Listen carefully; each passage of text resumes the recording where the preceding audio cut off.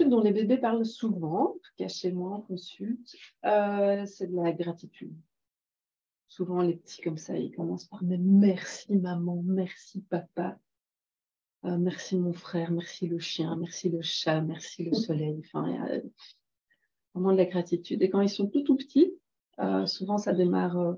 Il y a beaucoup la gratitude, quoi. Et puis petit à petit, quand ils grandissent, c'est comme si la personnalité protégée se met petit à petit en place. Et la gratitude, elle est moins fréquente. Mais chez les tout petits, ils viennent de naître, ils sont là. Waouh, ça arrive souvent, en tout cas dans mon expérience d'accompagnement. Un enfant de 2 ans, par exemple, ça dépend un peu de sa personnalité, comment elle est, mais voilà, c'est plus systématique, quoi. Chez les bébés, c'est quand même très, très évident. Alors, le corps, du confort ou de l'inconfort physique, forcément, ils viennent de débarquer sur Terre. Avant, ils étaient dans le ventre de maman, puis, mon Dieu, mon corps, j'ai un corps. Là, j'ai mis des petits repères, quoi, pour nous aider à percevoir comment va bébé au niveau du corps. J'ai fait scanner le corps du bébé. Quand un bébé veut parler de son corps, je fais ah tiens, ton corps où, quoi.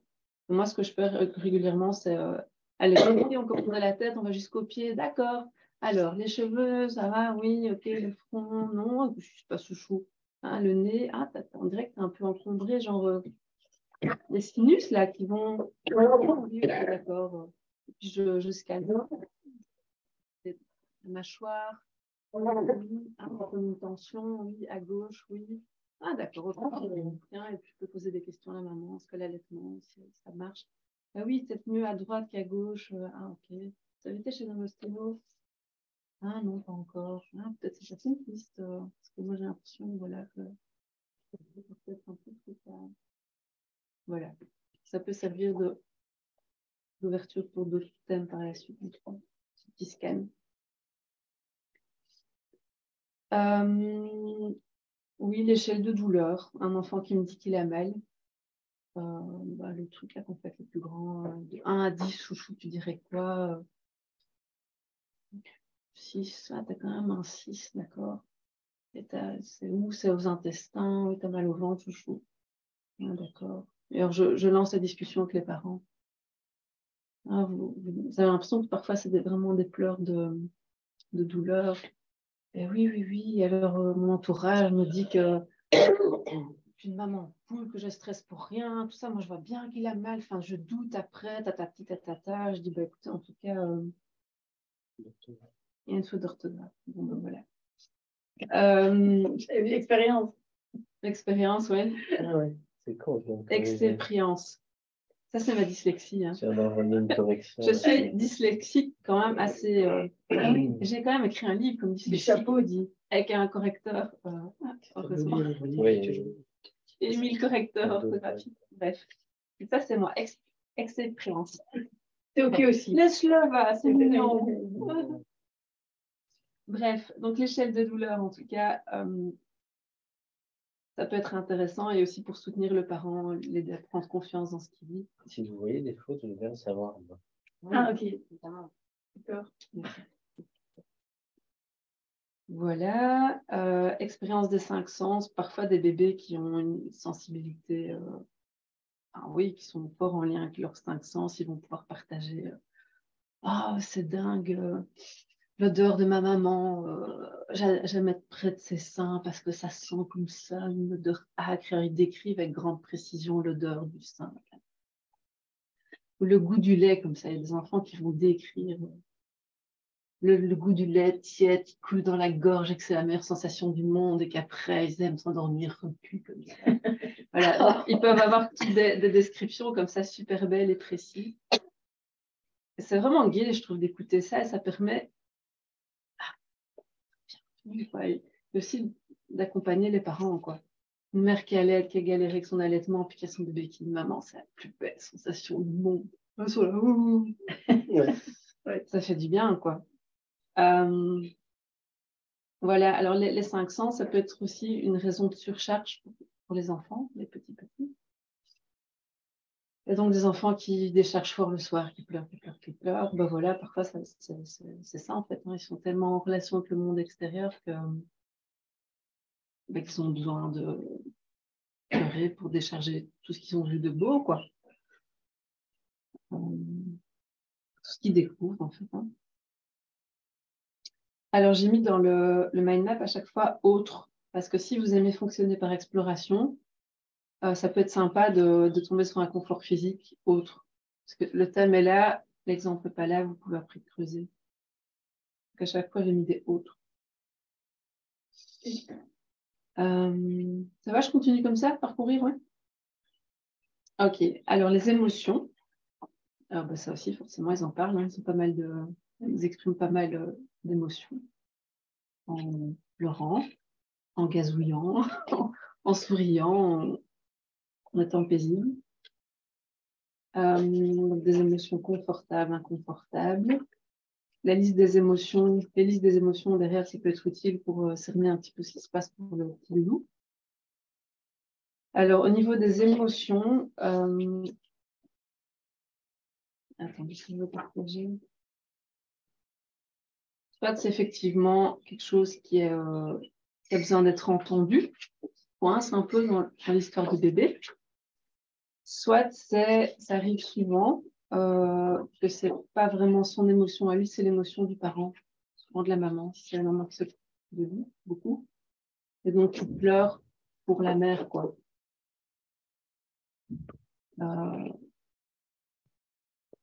C'est ça. Une maman qui pleure pas, enfin voilà, c'est l'expression de la maman, quoi. Parce qu'ils sont vraiment en fusion, les petits cocos là, avec la maman. Ça peut être intéressant de checker discrètement, et puis d'accompagner éventuellement. Ça vous parle, cette histoire? Oui, oui, ok.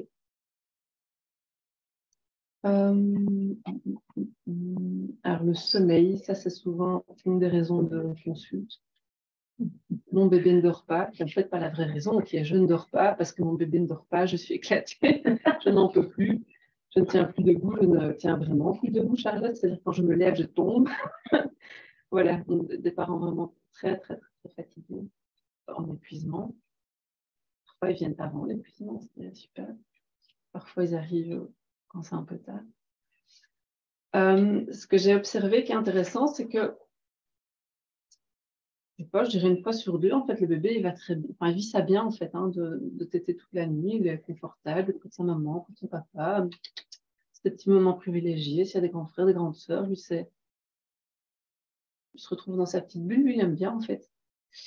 Et donc, quand le parent vient en consulte en disant, ben voilà, demande ce qui ne va pas, ben, il n'y a pas forcément un truc qui ne va pas. Lui, il va très bien. C'est juste que ça ne va pas au niveau physiologique, à un moment donné, pour la famille.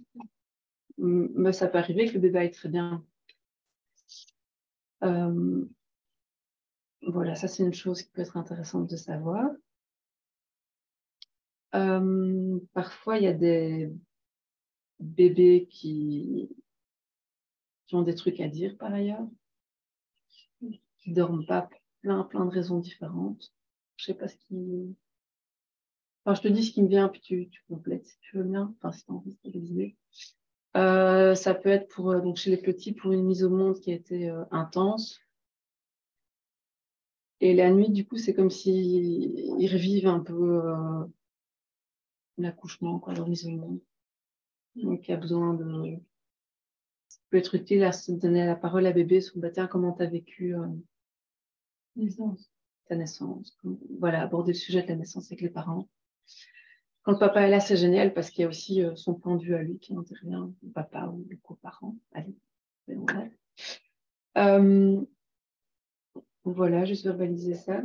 Ça va, je continue le petit mind-up, puis on rebondit sur le pour le sommeil, quand des parents viennent avec des problèmes de sommeil, c'est intéressant de sonder un peu le dodo du jour et de la nuit.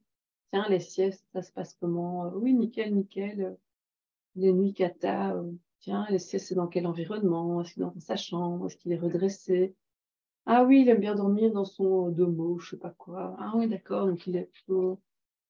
Et dans sa chambre, il dort dans le cododo à plat. Hein, tiens, et ça donne des pistes, en fait, de dire, tiens, Une fois c'est redressé, dors bien, une fois c'est à plat.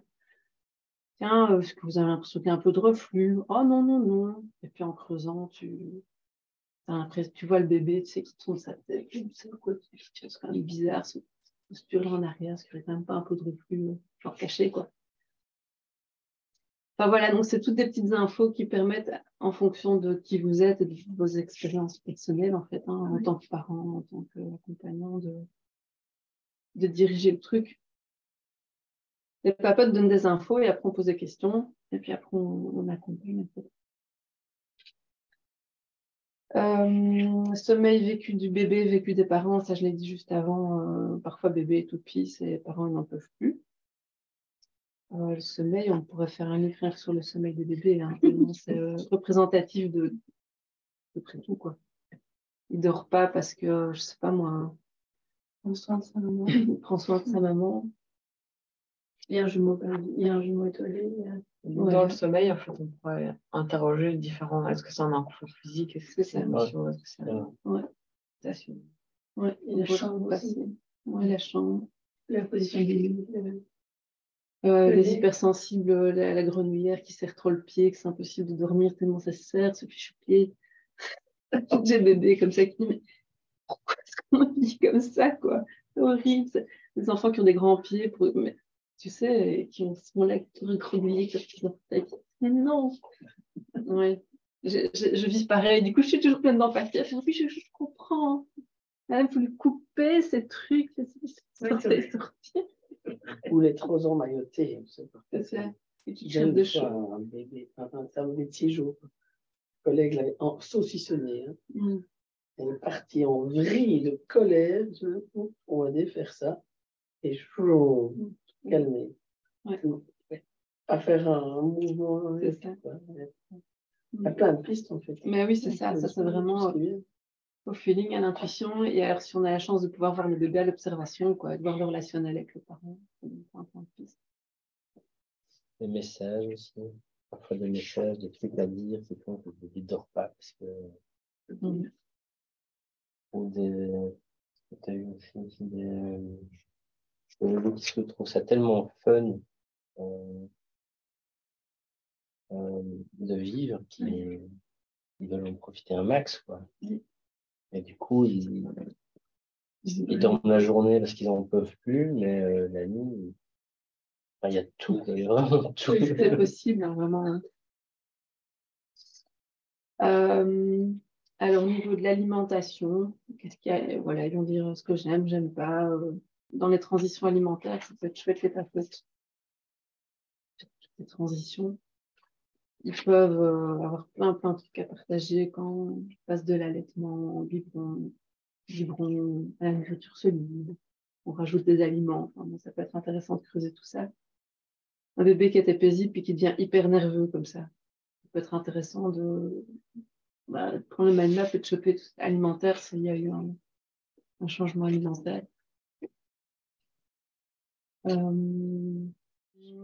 Le transfert, on en a déjà parlé, ça, sentir dans son corps ce que le bébé vit. On en parle dans le livre ou pas, je crois. Non, ça, j'ai pas vu. On peut peut-être faire un petit exercice à l'occasion, peut-être cet après-midi ou quoi. Ça, c'est un truc que j'utilise très souvent. Avec notre fils, d'ailleurs, Dao, je faisais ça beaucoup quand il était petit. C'est poser l'intention de sentir dans mon corps ce que l'autre vit. Ah oui. Ouais. Et en papote, tu fais ça aussi alors? Je l'ai pas vu dans En les papote, oui, c'est ça. Donc je fais. Ça peut peut-être être sympa comme que je vous apprenne ce truc. Par exemple, je peux faire un transfert avec toi. Mais vas-y. Ben non, parce qu'il y a le bébé qui arrive dans 20 minutes. Je crois pas. Justement, Ah oui, je ferai ça tout à l'heure. Ok. On vous montre tout à l'heure, je vous en parle tout à l'heure. Entre-temps, je vais regarder l'assistant. Voilà, mais en gros, je sens dans mon corps les inconforts physiques de la personne que j'accompagne, avec qui je suis en train de papoter. Donc, je deviens l'autre, entre guillemets, quoi, à 100%. Enfin, à 100%, je serais chargée, mais... Et donc, ça, c'est top avec des bébés, parce qu'il n'y a pas besoin de causer beaucoup. C'est, alors, chouchou, tu veux bien me montrer... Alors, je sens que c'est brûlant, quoi. Le parent qui dit, non, non, il n'a pas de reflux. Et moi, je sens que c'est cramé, là. Je fais, ouh. Oui. Bah, je sens quand même que ça brûle un petit peu, hein. Et moi, je suis là, c'est chaud. Ou alors des enfants qui ont des intestins en compote, quoi. Et je sens les gaz, enfin, je sens vraiment tout dans mon corps, en fait. C'est sympathique pour des petits. Et avec notre fils, je faisais beaucoup ça, j'étais à la ramasse, puis je faisais, mais pourquoi il pleure? Puis je faisais, transfert. Puis je faisais, mais t'as trop bu, mon double. Moi, j'étais là, je voulais le remettre au sein parce qu'il pleurait. Et je le gavais, quoi. Et puis je le sentais. Je dis, ah merde. Attends, pardon. Voilà, tu te mon loulou. Voilà, ça c'est pratique. Les bébés, parfois, ils ont beaucoup de joie à exprimer leur évolution. Tout ce qu'ils apprennent, quoi. Ah, une maman qui dit, mais il se réveille tout le temps, comme ça, il est tout le temps debout dans son lit, je sais pas moi, vers 10 mois, quand ils apprennent à se relever comme ça. 5 mois ou avant, ça dépend des enfants.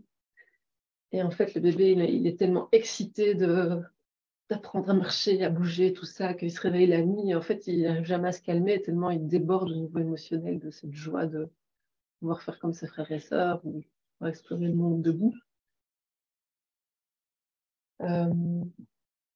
Voilà. Donc ça, souvent, ils aiment bien en parler. Quand ils commencent à faire papa, maman, blablabla, enfin, bref, à parler, ils ont souvent beaucoup de joie aussi, à expliquer tout ce qu'ils savent faire, ou beaucoup de frustration aussi. Hein. Joie avec frustration, ça dépend du caractère de l'enfant. Qui râlent comme des cochons parce que non, je suis déjà sous mes jambes et je réalise que je ne sais même pas encore marcher, j'ai fait un pas, mais moi je veux aller là, puis je me viande, et alors ils sont en colère, mais ça on le voit en vrai. Hein. Les parents vont me dire oui, il est très frustré. Alors, ce qu'on entend quand on donne la parole à ces enfants-là, c'est juste une frustration tellement grande. Et alors c'est utile, ça peut être utile de leur rappeler leur âge en fait, et de leur expliquer la suite. Ouais. Il faut un peu de temps. Enfin, ça dépend un petit peu. Il y en a qui ont besoin de comprendre, il y en a qui ont besoin d'empathie, il y en a qui ont besoin d'avoir l'autorisation de crier plus ou de pleurer plus, parce qu'il y en a qui se limitent, parce que les parents sont nazes et du coup, ils sont très frustrés, très contrariés, parce que c'est des petits winners comme ça au niveau du caractère. Ils ont besoin de décharger parce qu'ils sont frustrés, ils ne déchargent pas parce que maman est fatiguée, et du coup, ils ont de l'eczéma, quoi. Par exemple. Voilà. Sinon, la vie quotidienne. Bah, oui, c'est ça. C'est des sujets comme nous, on pourrait causer. Hein. S'ils sont gardés à la maison, s'ils sont à la crèche, ou avec une gardienne, les activités qu'ils font, les activités, est-ce que c'est à l'intérieur, à l'extérieur. Le déplacement, souvent, c'est un sujet de conversation consulte. Les bébés qui n'aiment pas être calés dans les maxi-cosy, les sièges auto, qui aiment bien la voiture, qui n'aiment pas la voiture, qui aiment bien aller en vélo, qui aiment pas son petit vélo là, qui n'aiment pas. Enfin. Souvent, des sujets qui reviennent aussi, c'est le fait d'être attaché. Ouais. Les bonnets, les vestes, les parents dont je fais part, qui ont toujours froid et qui surhabillent leurs enfants, qui sont là habillés comme s'ils allaient, je sais pas, par moins 20 degrés d'heure et qui fait, je sais pas, 10. Ils ont le bonnet, les gants, les trucs qu'ils font, mais maman, mais je crève de chaud.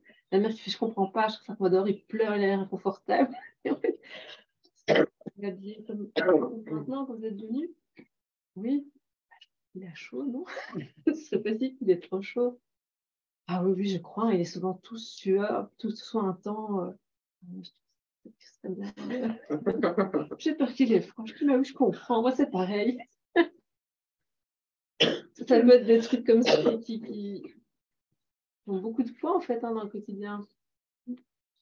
Alors, ce que j'ai appelé le jumeau étoile, c'est fréquent, hein, ces grossesses gémellaires. Donc, c'est des sujets qui peuvent être assez fréquents. Il y a moyen d'accompagner de plein de manières différentes. Ici, ce que j'ai indiqué juste, c'est voilà, est-ce que tu as un besoin d'expression, juste besoin de le dire, que selon toi, il y avait un petit jumeau. Est-ce que tu as besoin d'être accueilli dans ton émotion? C'est quoi que tu as vécu au moment de ton départ? On peut checker, tiens, est-ce qu'il y a des croyances qui sont mises en place, du coup? Voilà. Sinon, effectivement, l'idée des petits rituels, c'est sympa. Donc, de proposer aux parents 11h moins 10, ça va. Je termine ça, puis on... Voilà. Rituel de proposer aux parents. Ouais, c'est ça. Donc, de proposer aux parents, bon, déjà, c'est tout un truc d'annoncer cette histoire-là si les parents ne sont pas habitués à ce genre de sujet. Il y a des parents, des mamans qui font oui, je sais que ça existe, tout ça, c'est comme facile, enfin, entre guillemets, on peut introduire le sujet. Et il y en a qui sont très pragmatiques, qui disent bon, non, il n'y a rien eu à l'écho, non. Et toi, t'entends par ailleurs le petit qui fait si, on était même 3, je sais pas quoi, tout fâché, tout furax, et puis la maman qui fait oh, non. Et le père qui est là qui fait jumeaux. Non. Bon, voilà, je dis bon, voilà, alors j'explique un petit peu, puis si je vois que ça reste tout fermé, bah ça reste tout fermé, quoi. C'est juste le rituel, du coup, c'est toi qui le fais, alors. Le rituel pour si tu as eu un jumeau aussi. Ah, non, ce que je propose aussi, je suppose, c'est de leur proposer de trouver un petit surnom ou un petit prénom pour nommer le bébé. Oui. Parce que parfois, certains parents, même ceux qui ont conscience qu'il y avait un jumeau, l'appellent le jumeau. Mais du coup, ça maintient vivant le rôle et tu vois, ça ne permet pas de scinder, quoi. Oui. Donc, un petit surnom, un petit prénom. Il y a aussi, tu peux dessiner un arbre généalogique de la famille en incluant un petit jumeau. Des bougies, planter un arbre. Moi, je ne propose pas de planter un arbre. Je propose de faire par exemple, souffler des bulles de savon ou bien de fabriquer comme un petit radeau et de le déposer sur un cours d'eau. Je vais plutôt proposer des choses. Après, je donne des idées, mais je dis aux parents, en fait, vous choisissez ce que vous voulez, ce qui vous parle. Plutôt quelque chose qui est dans l'ordre de la légèreté et de laisser partir, quoi. C'est marrant, moi je fais l'inverse. C'est intéressant. Moi je fais plutôt un truc qui reste, pour comme les rassurer, pour pouvoir lâcher. Et voilà, ça reste. Ça part, mais ça reste vivant. Donc voilà.